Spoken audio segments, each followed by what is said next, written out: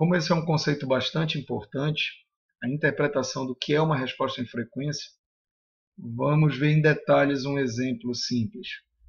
O objetivo é observar como essa resposta em frequência está relacionando a saída com a entrada e falar muito brevemente da unidade. Qual seria a maneira de interpretar a unidade, a grandeza física que uma resposta em frequência está representando, já que isso é um tópico pouco discutido em boa parte dos livros-textos, a unidade da resposta em frequência. Mas o fato é, traduzindo isso, nós temos que o que essa resposta em frequência, e a mesma coisa acontece com a função do sistema, faz é informar o fator de escala como um número complexo, ou seja, você tem ganho e fase, kappa, e esse fator ele varia com a variável independente em questão, que pode ser o S, o Z, o ômega maiúsculo ou minúsculo.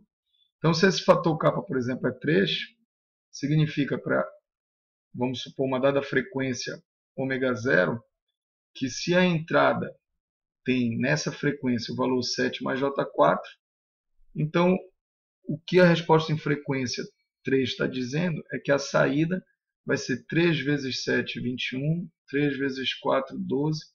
Então a saída em ômega 0 vai ser esse número. Aqui eu estou fazendo o exemplo do fator de escala sendo 3, o número real, só para simplificar essa conta. Mas, em geral, tanto a entrada tem uma transformada que é um número complexo, quanto a própria resposta de frequência é um número complexo. Então, essa multiplicação aqui é entre dois números complexos. Mas o importante desse exemplo trivial é mostrar com clareza que, ao se interpretar respostas em frequências, a gente está vendo qual é o ganho complexo, né, esse em magnitude e fase, que o filtro dá para uma entrada no momento em que ele gera a sua saída. E as unidades, né, dessas funções de sistema e respostas em frequência, elas dependem de qual é a unidade dos sinais de entrada e saída.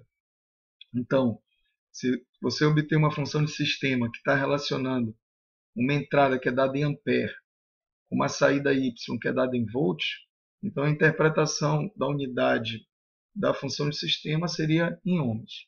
E assim por diante. Se você tiver dois sinais, por exemplo, em volts, então ela é adimensional. A função de sistema, no caso, ela seria realmente, nesse caso de entrada e saída em volts ou em amperes, ou seja, na mesma unidade, seria adimensional.